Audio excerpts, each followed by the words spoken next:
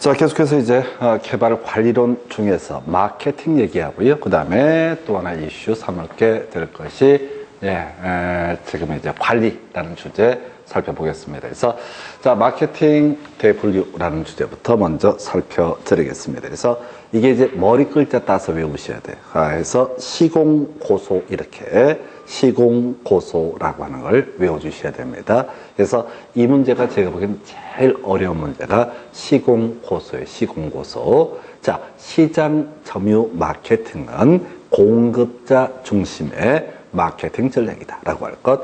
두 번째, 고객 점유 마케팅이라고 하는 것은 소비자 중심의 마케팅 전략이다. 이게 제일 까다로워요. 나머지는 몇 번 쭉 해보시면 되게 간단하게 딱딱 떨어져요. 다 영어 얘기가 나오게 되는데 별로 부담스럽지가 않아요. 근데 제일 큰 그림 물어보는 게 그동안 문제, 제가 보기에는 제일 어려웠던 문제예요. 시공고소 해서 자, 공급자 중심의 마케팅 전략이라고 하는 거.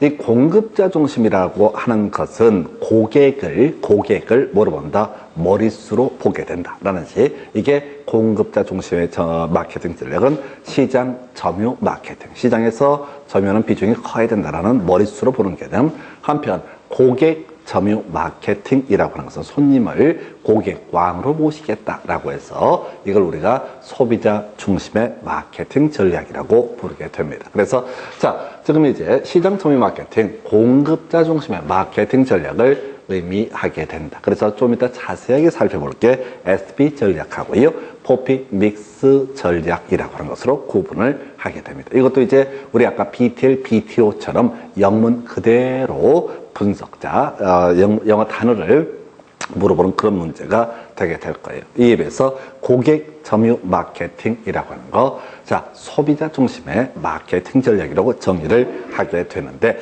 자, 여기서 이제 아이다의 원리라고 하는 게 나오는데, 솔직히 말씀드리면 별로 안 중요합니다. 왜? 15년 동안 지문 한 개 구성이 됐어요. 그래서 아이다의 원리라고 하는 것은 attention이라고 해서 주의를 끈다라고 하는 거. 두 번째, interest 해서 흥미를 유발시키게 된다. 그 다음에 이제 desire라고 해서 욕망을 자극하게 된다.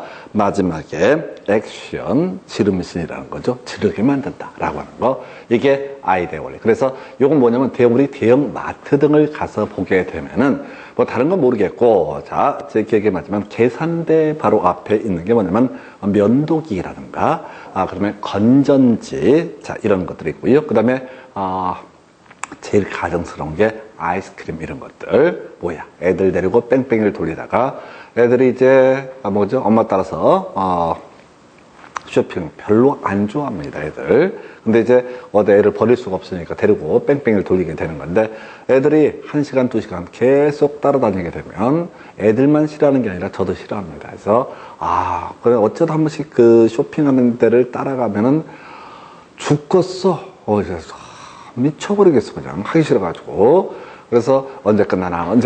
애들도 아마 그만 낼 거예요. 근데 계산대에서 하루 종일 고생했는데 아이스크림, 초콜릿 같은 게 기다리고 있으면 그거 사달라고 거기서 두루눕게 되죠. 그러면 이제 엄마가 사줄 수밖에 없습니다. 이게 소위 아이다의 원리를 이용을 한 것이라고 얘기를 합니다. 그래서 자, 그냥 별 의미 없어요. 그거 다 치고 평가, 구매 의사 결정 과정의 각 단계에서 소비자와 심리적 접점을 마련하고 전달하려는 메시지 강도를 조절해서 소비자 욕구를 충족시키는 전략이라 해서 이게 뭔 소리인지 이해가 되세요? 그냥 그렇다는 겁니다. 그래서 큰 의미가 없어요. 이건 이제 영문을 번역하다 보니까 이 모양이 꼴이 된 거예요. 그래서 일단은 우리가 시험에 필요한 것은 시공고소 해서 시장 점유 마케팅을 뭐가 된다? 공급자 중심의 마케팅 전략. 그 다음에 고객 점유 마케팅 뭐라고요? 소비자 중심의 마케팅 전략. 이게 혹시 이해가 되면 굳이 외우실 필요 없습니다. 저는 그때 솔직히 전혀 이해가 안 돼요.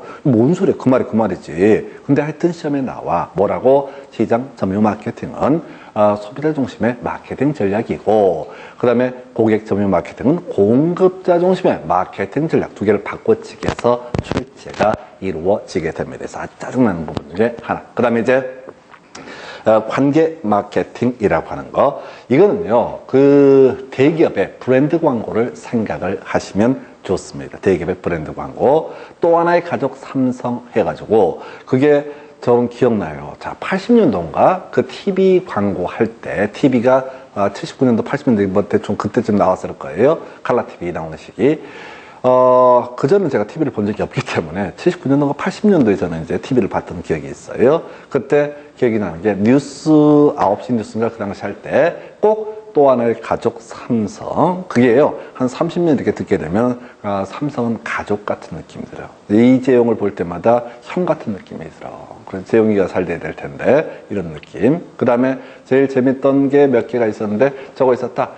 두산그룹에서 사람이 뭐 중요하다 이런 식의 광고. 그래서 두산이 쌍욕을 먹었잖아요. 그래서 어떻게 두산그룹에서 채용을 해가지고 3달 만에 정리해고를 했던 그런 사건이 있었고, 그렇지 사람이 중심이 되니까 쉬라고 힘드니까 쉬라고 했던 이 사건에서 쌍욕 먹었고, 그 다음에 바카스 같은 광고도 전형적인 기업 브랜드 광고에 전형이 됩니다. 그래서 자, 관계 마케팅이라고 하는 거. 자, 아파트 브랜드 광고는 제 기억에 남는 게 저거다. 이 편한 세상에서 최실혜 씨가 나와서 했던 광고. 그래서 이 편한 세상 다 아줌마들이 그렇게 이쁜 줄 알았어요. 근데 살아보니까 그렇지 않더라고요. 그래서 그 다음에 거기 이제 실개천도 있고 그런 게 이제 기업 브랜드 광고. 이게 관계 마케팅 전략에서 공급자와 소비자 간 지속적인 상호작용을 중시하는 전략에서 아파트 브랜드 광고 같은 것이 관계 마케팅은 뭐 어렵지 않습니다.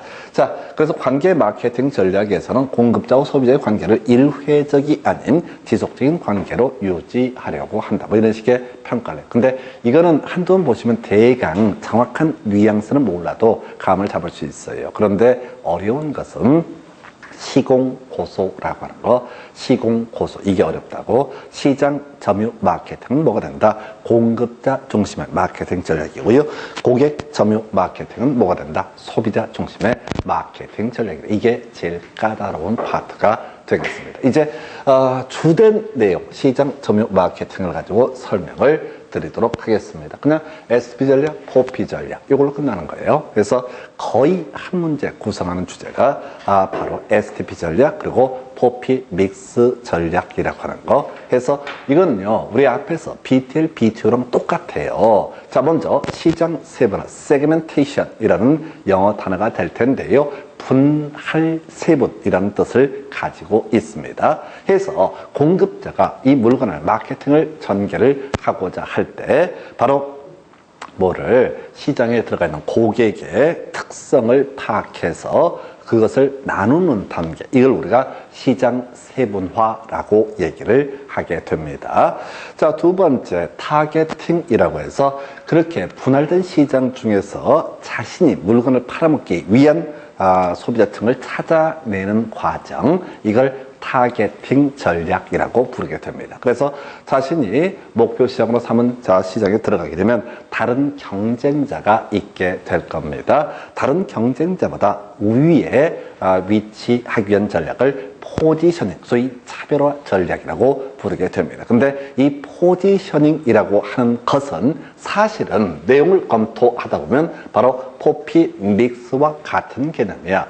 포피 믹스라고 하는 개념 자체가 경쟁 시장에서 다른 공급자보다 우위를 차지하기 위한 전략의 구체적 내용이고, 그러면 포괄적으로 얘기하면 이게 포지션 이퀄, 뭐와 유사한 의미를 갖고 있다. 포피 믹스 전략과 유사한 의미를 가지고 있다라고 이렇게 해석을 합니다. 그래서 이제 가볼까요?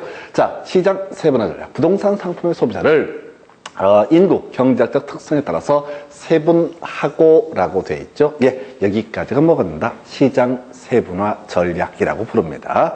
이 문제는 유책의 구성을 해요. 시장을 세분해서 자신에게 맞는 목표 시장을 찾는 전략을 이름하여 시장 세분화 전략 아니에요. 시장 세분화, 콤마, 그리고 타겟팅, 표적성의 설정 전략이라고 해서 세분된 수요자 집단 중에서 경쟁성과 자신의 능력 등을 고려해서 자신 있는 수요자 집단을 찾아내는 과정을 가리켜서 뭐라고 한다? 타겟팅. 그냥 유치하게 구성한다고 시장 세분화는 세분에서 찾아내는 과정을 말하다. 틀렸습니다. 찾아내는 것은 어디에 해당한다? 타겟팅에 해당, 표적시장 설정 전략에 해당이 되게 됩니다. 그러니까 이것도 뭔가를 알아간다는 느낌보다는 시험을 위한 시험이라는 관점에서 접근을 하시게 되면은 되게 쉬워져요. 근데 이걸 가지고 마케팅을 할 때 이렇게 가버리면 이게 꼬여버리는 거예요. 그래서 되게 유치한 부분이다. 이게 계속해서 양이 더럽게 많아가지고 자유자재로 찍지 못할 뿐이지, 자, 개별적인 내용들 자체는 되게 유치한 파트다. 이렇게 계속 스스로한테 이렇게 주입을 하셔야 돼요. 그래야지 함정을 파지 않아요. 그래서 다시 시장 세분화 전략은 세분하는 것까지를 가르쳐서 뭐라고 한다? 시장 세분화 전략. 이렇게 세분화 시장에서 자신의 이렇게 맞는 시장을 찾아내는 과정을 가르쳐서 타겟팅이라고 하는 거. 그럼 이제 가보면 딴 놈이 기다리고 있다는 거지, 나 혼자 그 물건을 파는 블루오션이 아니라는 얘기죠. 그래서 목표 시장에서 고객의 욕구를 파악해서 경쟁 제품과 차별성을 가지도록 제품 개념을 정하고 소비자의 직약 속에 적절히 위치시키는 것이라고 우리 교재에 되어 있는데 뭔 소리인지 모르겠어요. 그래서 결국은 얘가 뭐가 된다? 포피 믹스라는 개념과 연계가 되게 된다. 이렇게 가는 거예요. 포피 믹스는 더 간단해요. 프로덕트라고 해서 제품 전략이라고 하는 거, 프라이스 가격 전략이라고 하는 거, 플레이스 유통 경로 전략, 마지막 프로모션이라고 해서 판매 촉진 전략이라고 네 가지가 결국은 뭐라고요? 경쟁시장에서 다른 경쟁업자보다 차별화시킬 수 있는 요소가 이런 것이 되게 된다. 해서 자, 제일 먼저 프로덕트 전략 보겠습니다. 제품 전략. 부동산 시장에서 다른 제품과 비교 우위를 갖도록 하는 전략. 그래서 우리 시험에 예시가 됐던 게 평면 설계 차별화라고 하는 것. 그러니까 같은 30평대 아파트라도 주부들이 또는 이제 가정 생활을 주거 생활을 하는 사람들이 좋아하도록 라인을 구성을 한다. 이런 것을 가리켜서 뭐라고 한다? 바로 제품 전략이라고 부르죠. 그 다음에 이제 자연 친화적 실개천을 설치해서 여기 지금 예시하는 것들은 제가 창의적으로 만든 지문은 하나도 없고요. 과거 시험에 다 나왔던 것들입니다. 그리고 더 오래전에 나왔던 게 뭐냐면 디지털 도어락의 설치. 80년대 문제입니다. 뭐냐면 요즘에는 디지털 도어락을 설치 안 하는 데가 없어. 누가 열쇠를 돌려.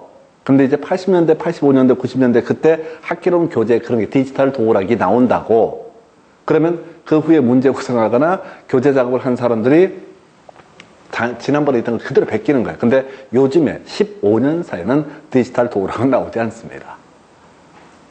지들도 염치가 있는 거지. 무슨 디지털 도어락이 최첨단이냐고. 저건 있었다. 자, 주차장의 지하화. 요것도 조금 오래전에 나왔던 거. 주차장은 옛날에 다 지상에 있었잖아요. 조금 이제 한 15년, 20년 된 아파트 보면 다 주차장 지상에 있잖아요. 그럼 저 주차 전쟁이 나잖아. 근데 이제 땅 밑에 2층, 3층, 4층을 파가지고 주차 전쟁이 안 나잖아요.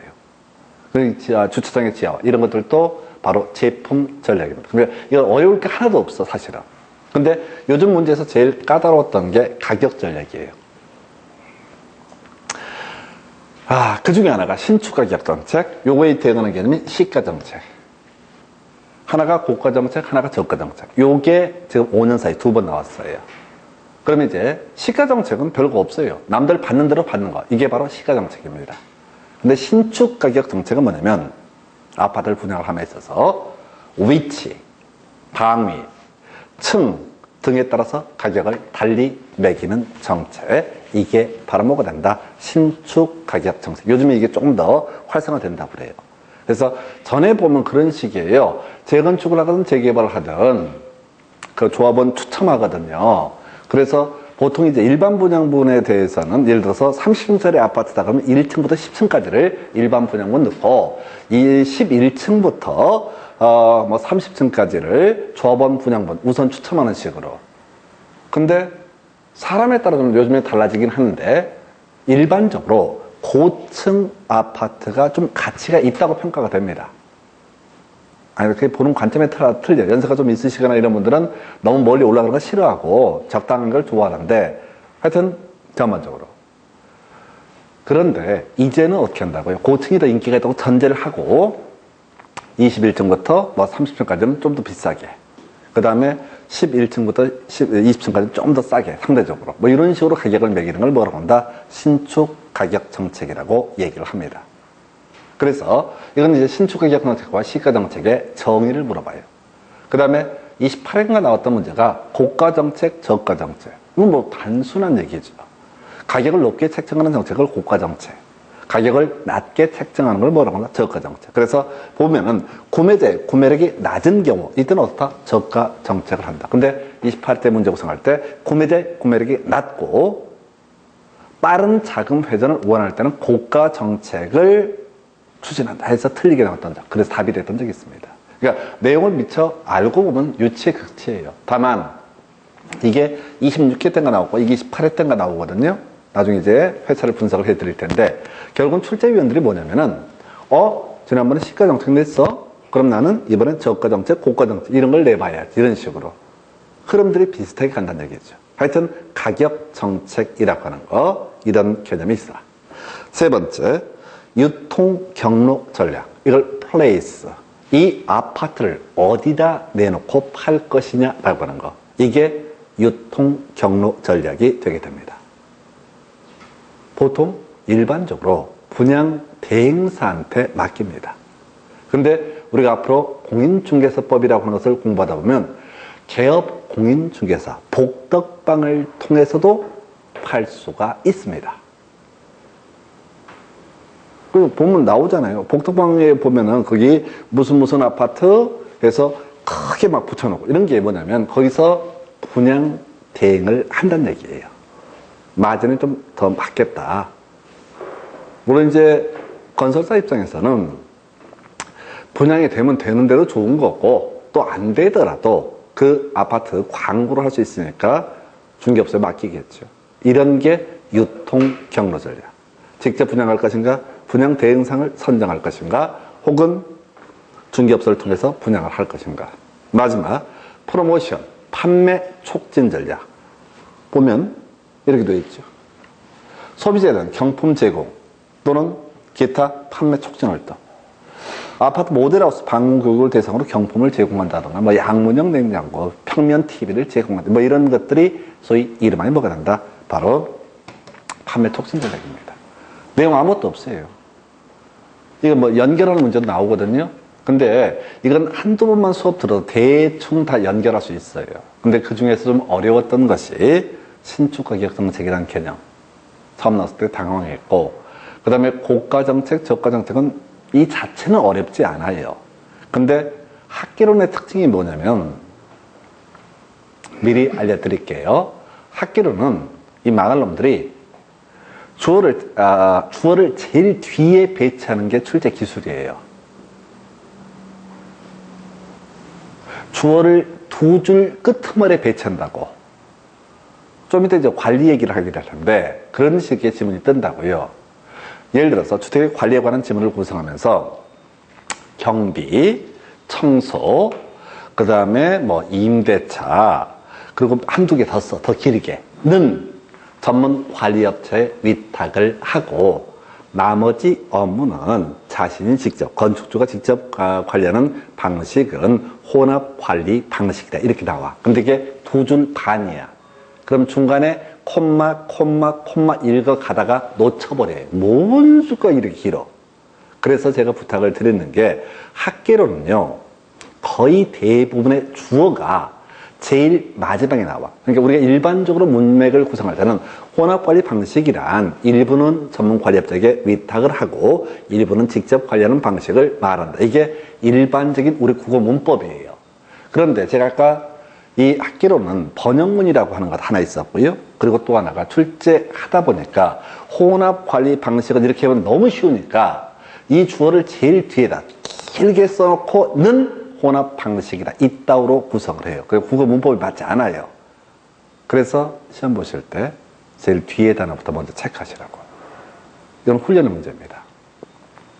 해서 요렇게, 그러니까 같은 내용이라도 주어를 제일 앞에 놓고 서술을 뒤에 깔아버리면 쉽게 눈치를 채요. 그런데 아까 우리 저가 정책이 있었잖아요. 이걸 이렇게 한다고. 구매될 구매력이 낮은 경우로서 빠른 자금 회전이 필요한 경우에는 이때 고가 전략을 채택하는 것이 일반적이다. 이렇게 깔아버린다고. 그러면은 읽다가 중간에 모르는 단어, 자신 없는 단어가 나오고 점점 주눅 들고 그렇게 되면 이 유치한 걸 놓쳐버린다고. 지문 하나 보면 너무 쉬운 건데 지문 5개 중에 하나가 답이 되다 보니까. 그래서 항상 주어가 제일 앞에 있으면 다행인데 주어, 있는 이가 없으면 제일 뒤에를 먼저 체크해 보는 거. 그러니까 앞으로 우리가 모의고사도 보시고 등등등 해 갈 텐데 계속 그 훈련을 해 주셔야 돼. 제일 앞을 보고 제일 뒤를 보고 뒤를 보고 앞을 보고. 이건 2차 과목, 나머지 과목도 마찬가지야. 주어서로 주어서. 민법만 제외하고 항상 주어서로 끊어가는 훈련 하셔야 됩니다. 그러면은 그 지식을 하고 충분히 답을 맞출 수 있어요. 근데 꼼꼼히 아까 콤마 이런 거 읽어가다 보면 지쳐버려요. 그래서 읽다가 이게 뭐지? 다시 처음부터 읽고 그러면 점점 자신이 떨어져. 그래서 여러분들 포피맥스 다시 갑시다. 자, 시장 점유 마케팅, 공급자 중심의 마케팅 전략을 의미하게 된다. 이게 출발점이 되게 될 것이고요. 자, 그래서 시장 점유 마케팅은 STP 전략과 포피 믹스 전략으로 구분할 수 있다. STP, S, 세그멘테이션이라고 해서 세분, 분할이라는 것이 키워드. 그 다음에 타겟팅, 찾아내는 것이 키워드.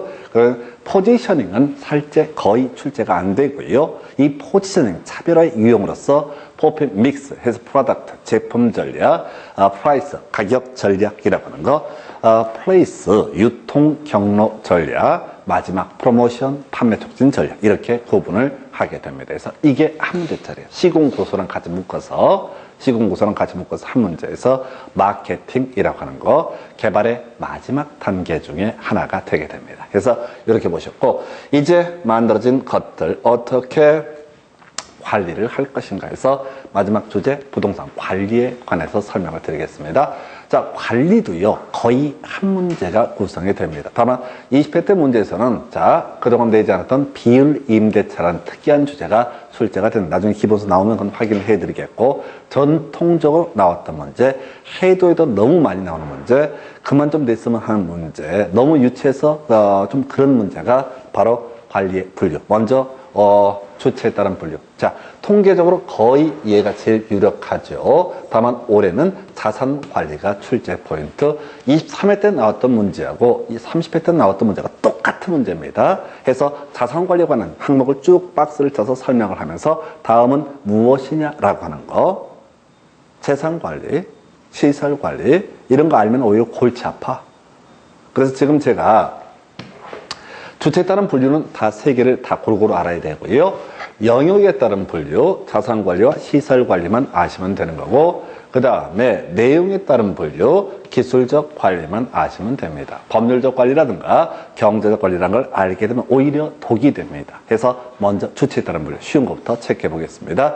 자, 건물주가 직접 하는 관리, 이게 뭐가 된다? 직접 관리 또는 자기 관리라고 얘기를 합니다. 해서 직접 관리, 자기 관리는요, 장점으로서 인건비 절감의 효과가 있다. 관리업체한테 맡기지 않으니까 직접 관리하니까 인건비 절감의 효과가 있다. 단점으로서 문제가 되는 것이, 기밀 유지에 유리하다. 이것도 장점으로 보게 됩니다. 단점으로 이슈가 되는 것이, 자, 타성에 젖을 가능성이 있다. 뭐 한두 번 들으면 금방 캐치합니다. 그리고 또 하나가 관리 전문성이 결여가 돼 있다. 뭐 이거 뒤쪽은 너무나 당연한 일이겠죠. 이 사람이 전문 관리업자가 아니기 때문에. 그래서 이건 제가 굳이 예를 들면 저 경우에 전에 이제 누구한테 들었던 얘기인데요. 그분이 그 얘기하죠. 그 택배 관련 일을 하시는 분인데 그런 경우가 있었어요. 어떤 건물이 있는데 거기에 인형 뽑기가 있어요. 인형 뽑기가 있는데 자, 연세가 많으신, 한 70 넘으신 어르신이, 아침 10시 정도부터 인형을 뽑기 시작하더라 이겁니다. 그런데 너무 행색이 초라해 보이는 거예요. 그래서 아우, 저 노인네, 안 됐다 생각하시는 거예요. 이유가 뭐냐면은, 파지 주워가지고, 그 파지 가지고 겨우 하는 게 인형 뽑나 보다, 라고 생각을 하신 거예요. 그래서, 아이고, 저 할아버지 참 그냥, 얼마나 좀 그렇게 생각했는데 나중에 보니까 건물주였다고 그래요. 이게 뭐야? 업무가 타성에 젖은 거예요. 건물주가 그 건물을 가봐요. 상가 건물. 그러면 사람들이 그 세입자들이 좋아라 해요? 싫어라 해요? 눈 안 마주치지. 괜히 뭐 말 걸었다가 월세 올려달라고 할까봐 눈 깔지. 서로 불편하지. 그러니까 이제 아는 척 안 해줘. 그럼 심심하니까 뭐 할 것도 없고. 그러니까 어떻게? 인형이라도 뽑아야지. 세입자의 매출 증대를 위해서. 이게 업무가 타성에 젖을 가능성이 있다. 내용은 어렵지 않습니다.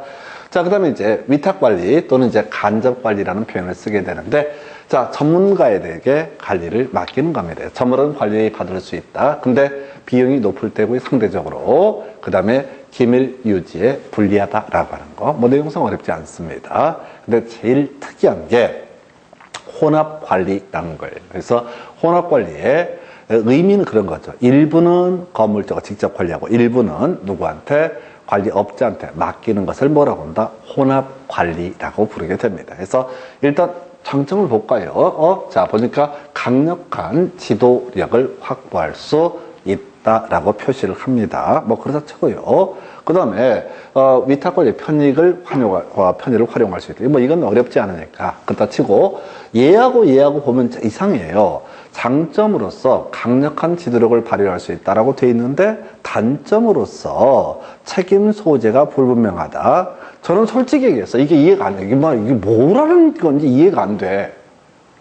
뭐 강력한 지도력은 또 무엇일 것이며 and 또 책임 소재 불분명은 뭐야? 저는 이 두 개가 모순처럼 보여요. 그래서 제가 말을 만들어냈어요. 뭐냐면 85세 되신 분이 건물주입니다. 관리하십니다. 근데 건물주가 안 나오면 관리업체 애들이 파견돼 있거든요. 건물주가 안 나오면 애들이 알아서 땡땡이 치고 그렇게 한다 이거지. 그래서 노인네 가서 꼬장꼬장하게 아침부터 그냥 딱 새벽밥 먹고 나와서 앞에서 기다리고 있는 거야. 애들 출근 하나하나. 그러면 어떻게? 강력한 지도력을 확보할 수 있다. 그런데 이분이 80 넘으셔갖고 약간 깜빡깜빡 노망기가 있습니다. 그래서 아침에 출근한 애들한테 관리업체 직원들한테 뭐 해라 라고 시켜요. 아침에 얘기를 하는 이유는 심심하니까 뭐라도 꼬투리를 잡아서 심심하니 말 안 걸어준다니까.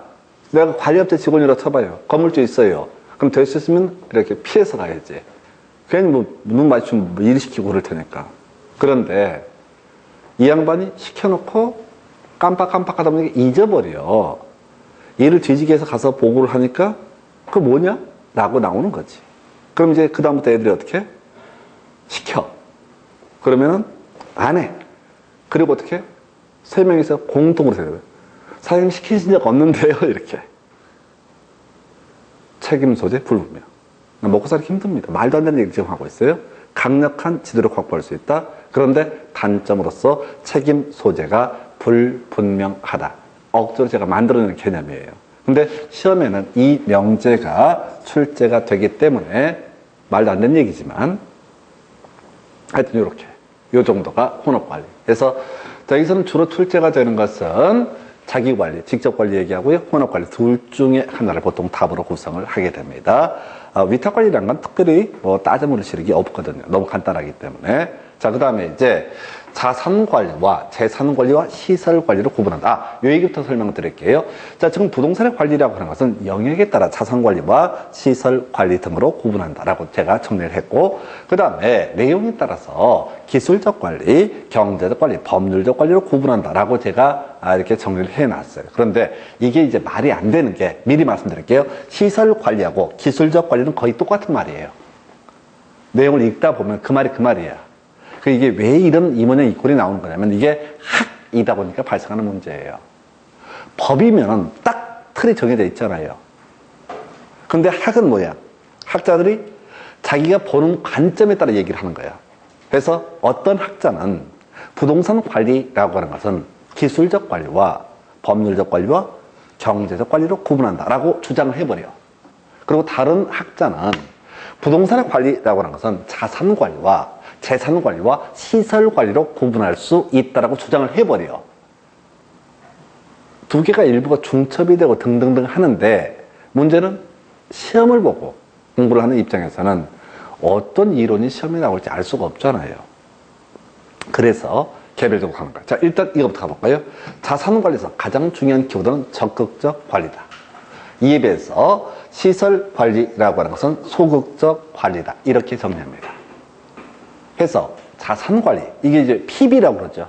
프라이빗 뱅킹. 요즘 보도 나오고 막 그랬잖아요.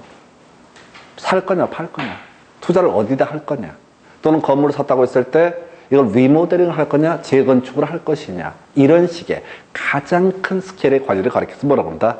자산 관리라고 얘기합니다. 자, 30회 때, 29회 때 이런 것들을 포트폴리오, 분산 투자를 얘기합니다. 그 다음에 매입, 매각 결정, 투자 리스크의 관리, 리모델링, 재건축의 결정, 뭐 이런 것들이 가장 큰 스케일의 관리라고. 이건 전문가가, 건물주가 전문가가 아니니까 요것을 설명해 주는 거. 요게 자산 관리라고 하는 거. 이에 비해서 시설 관리는 우리가 관리업자, 뭐죠? 관리 사무소에서 하는 관리를 생각하시면 됩니다. 보일러 안 나오네? 전화해요, 관리사무소. 저희 전체 일괄적으로 보일러를 떼는데 우리 온기 안 올라와요 라고 얘기하면 고쳐주는 거. 이런 걸 뭐라고 한다? 시설 관리. 그래서 자, 키워드 뭐라고요? 소극적 관리. 우리가 공부할 뉘앙스, 예시를 하기 때문에 키워드로 가셔야 돼요. 그래서 설비, 난방 설비, 냉방 설비의 운전이나 유지, 에너지 관리, 건물 청소, 그 다음에 보안 관리, 이런 것들이 다 뭐라고요? 일반적으로 관리 사무소에서 하는 관리를 가리켜서 뭐라고 한다? 시설 관리라고 부른다. 그리고 은행의 PB라고 불리는 부분, 이런 데서 하는 관리를 뭐라고 한다? 가장 적극적 형태의 관리를 자산 관리라고 부르게 된다. 그래서 30회 때, 23회 때 나왔던 게 자산 관리, 그리고 중간에 한두 번 나왔던 게 시설 관리. 그리고 마지막 주제가 될 텐데요. 내용에 따라서 기술적 관리, 경제적 관리, 법률적 관리로 구분한다. 이것서 공부했던 주제 같은데요. 어디에서? 바로 부동산의 개념이라는 것을 논할 때 부동산은 기술적 개념의 부동산, 경제적 개념의 부동산, 법제도적 개념의 부동산을 구분한다. 제일 첫 시간에 설명드렸던 내용이에요. 그래서 기술적 개념의 부동산, 연공위안이라고 해서 자연, 공간, 위치, 환경이라고 합니다. 연공위안. 이에 비해서 경제적 개념의 부동산이라는 것은 자산, 자본, 생산요소, 소비재라고 하는 것. 법제도적 개념의 부동산은 토지와 그 정착물, 물론 출제 이슈가 되던 것은 정착물은 토지에 종속하는 정착물, 돌담 구거 외에 토지로부터 독립된 정착물. 그래서 법제도적 개념의 부동산을 논할 때는 이슈가 됐던 게 뭐였어요? 토지에 종속된 정착물이냐, 독립된 정착물이냐, 민법적 요소를 가지고 설명을 드렸습니다. 그래서 그 얘기를 그대로 끌고 들어오는 거예요. 기술적, 경제적, 법률적. 그래서 부동산의 관리라는 것도 기술적 관리, 법률적 관리, 경제적 관리로 구분하는데 이런 얘기들에 현혹되지 마시고 기술적 관리. 기술적이 뭐야? 물리적인 관리를 얘기하는 거죠. 연공위안에서 자연, 공간, 위치, 환경. 이게 기술적, 물리적 개념의 부동산이듯이 그 얘기를 끌고 들어오는 거예요. 그래서 이게 앞에서 얘기했던 시설 관리와 거의 유사한 구조로 되어 있습니다. 그래서 자, 대상 부동산의 물리적, 기능적 하자 등에 대한 예방이라든가 이 하자가 발생했을 때 그것을 조치하는 거, 이런 것을 가리켜서 뭐라고 한다? 기술적 관리. 물리적 관리를 뭐라고 한다? 물리적, 기술적 같은 개념이거든요. 그래서 우리가 물리적 개념의 부동산 이렇게 나온 적이 30회 때 나왔었고, 그리고 그 전에는 주로 기술적 개념의 부동산 이런 식의 용어를 쓴단 말이에요. 그래서 이 얘기는 그대로 끌고 들어가는 겁니다. 그래서 어떤 물리적 하자 등에 대한 예방이라든가 또는 기술적인 조치, 설비를, 보일러를 설치하고 냉방기를 수리하고 이런 것들이 뭐가 된다? 기술적 관리. 그래서 내용을 보다 보면 이 기술적 관리라고 하는 것과 시설 관리가 거의 유사한 느낌을 주게 됩니다. 어찌 됐든 간에 법률적, 경제적 관리 이런 것들은 신경 쓰지 마시고 하나, 둘, 셋. 이거 나도 똑바로 외우셔야 돼. 이게 제가 지금 재산관리라든가 경제적 법률적 관리를 빼버린 이유가 뭐냐면 교재는 들어가 있는데 설명을 안 드리는 게 뭐냐면 읽어갖고 뭔 소리인지 감이 안 잡혀. 짜증나게 돼 있어.